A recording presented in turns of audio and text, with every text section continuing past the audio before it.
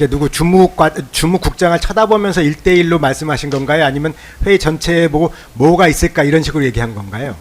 물론 앞에 저희들 간부가 소수입니다. 소수기 네. 때문에 말씀을 하시더라도 제가 이제 장관님이 옆에 계시면 바로 옆에 제가 앉아 있었기 때문에 장관님의 시선이 정확하게 어디로 가는지는 모르겠지만 당연히 주무국장에게 어느 정도의 아이 컨택, 이것도 제 개인적인 의견입니다. 아이 컨택을 통해서 말씀하지 않았을까. 하지만 그 내용을 신용의 본부장, 배상원 본부장은 이걸 살펴봐 이렇게 말씀하시지는 않으셨습니다.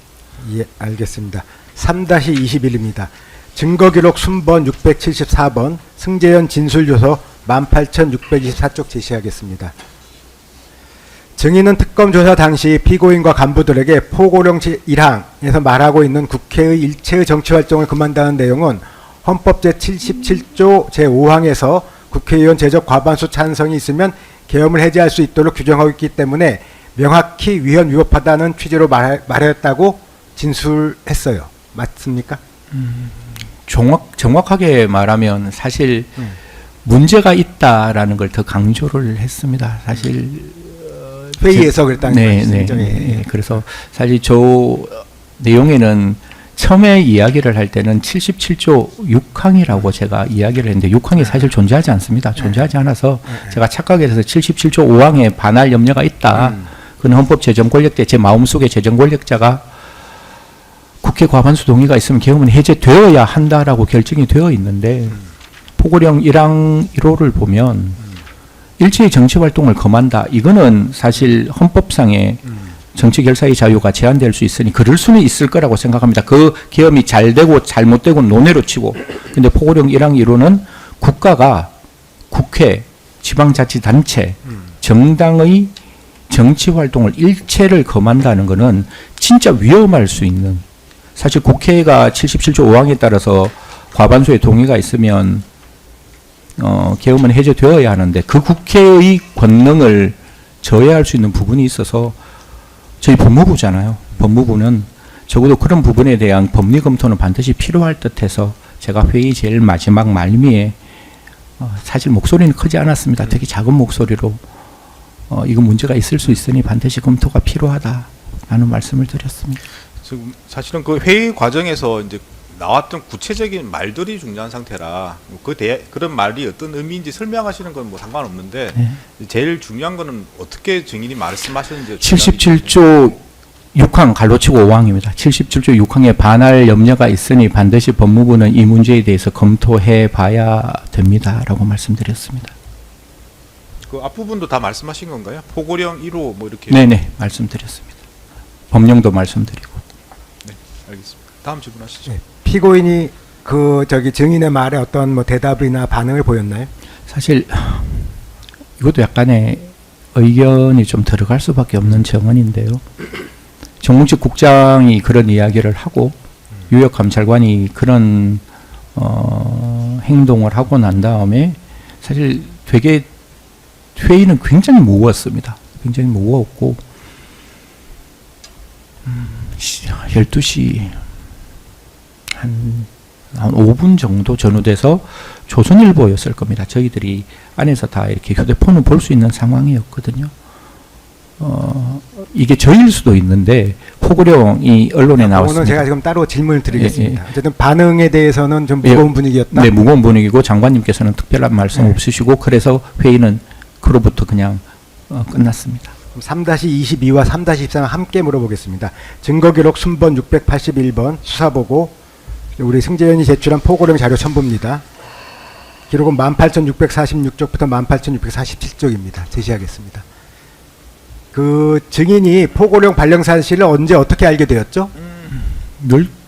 포고령이 아마 11시 30분자로 발령이 된 걸로 저는 알고 있습니다. 그런데 그 당시에 친구들이 워낙 같이 카톡을 많이 하고 있었던 상황이고 운전하는 과정에서 포고령이 저한테 카톡으로 왔습니다. 그래서 11시 저도 30분 제 카톡을 확인하면 11시 30분 정도에 포고령이 들어왔었고 들어오고 난 다음에 그 포고령을 읽는 과정에서 운전하고 갔기 때문에 사실 되게 좀 당황한 상황에서 움직였습니다. 예, 그 밑에 시간이 아마 11시 30분 정도로 저는 찍혀 있는 걸로 알고 있습니다. 그러면은 그 간부 회의에 들어가기 전에 저 카톡을 받으신 건가요? 네. 그럼 증인은 이런 포고령이 있었구나라는 걸 알고 회의에 들어가셨다는 얘기죠? 네, 그래서 조금 더 적극적으로 포고령 1항 1호에 대한 잘못된 점, 우리가 말하는 위헌이고 위법이라는 점에 대해서 조금 더 생각할 수 있는 시간이 있었습니다. 예. 질문 3-24입니다.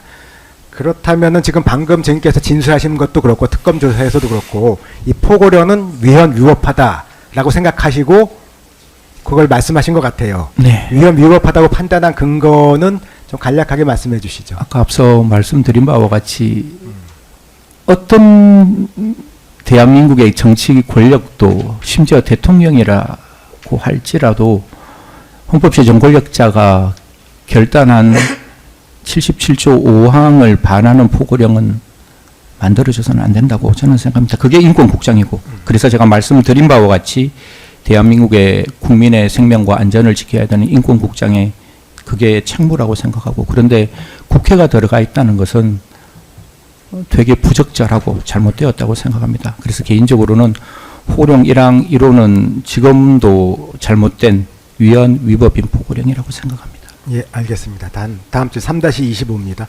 증거기록 순번 396번 신용의 진술서서 6242, 6245쪽 제시하겠습니다. 교정본부장 신용에는 수사기관에서 루역 감찰관이 사표를 내겠다고 말하고 회의실을 나간 이후에 누군가 포고령이 떴다고 말하여 각자 인터넷 뉴스를 보게 되었고 피고인도 이때 포고령의 내용을 휴대전화로 보면서 당황하는 표정을 지었으며 다른 참석자들도 모두 포고령에 문제가 있다는 반응이었다고 진술하였습니다. 뉴욕 감찰관이 회의실을 나간 후에 포고령이 뉴스에서 보도된 것이 맞나요? 네, 감찰관께서는 12시, 그리고 24시 012분 정도 아마 사표를 다시 적어서 제출하고 나가시는데, 그 사표 밑에 아마 시간이 기재되어 있는 게 그게 12시 1, 2분 정도라고 제가 그렇게 머릿속에는 기억하고 있고, 그 뒤에 조선일보가 먼저 아까 말씀드린 바와 같이 12시 한 5분, 6분 그 뒤에 나와 있을 겁니다. 제가 시간은 정확히 기억 못 하겠는데, 저게 포고령이 떴다는 게 저일 수도 있고 기조실장일 수도 있습니다. 명확하지는 않습니다. 그래서 그 이야기를 읽고 한 1, 2분 동안 굉장히 이렇게 분위기가 침울했던 거는 맞습니다. 그래서 어쨌든 기억에 의하면 누군가가 포고령이 떴다라는 얘기를 회의실 안에서 했고, 네. 그래서 모두 검색하는 분위기였다. 네. 이렇게 기억한다는 것이죠. 네, 네. 다음 3-26입니다. 당시 회의실에 뉴스 등 언론 보도를 시청할 수 있는 TV나 모니터가 설치되어 있었나요? 이걸 계속 질문을 하시던데요. 이거는 제 기억에 반하는 진술을 하면 안 되니까 저는 있었다고 확신합니다. 저는 TV가 있었고 그게 켜졌는지 꺼졌는지는 모르겠는데 그 TV가 존재를 했고, 그때 사실은 제가 제일 궁금했는 게 운전하고 왔잖아요, 재판장님. 그러니까 지금 상황이 어떤 상황인지가 제일 궁금했어요, 사실은. 그럼 모든 국민이 궁금했을 겁니다. 그래서 제가 지금 상황이 어떤지 조금 알 수 있는 방법이 없을까요? 라고 질문했던 기억이 있습니다.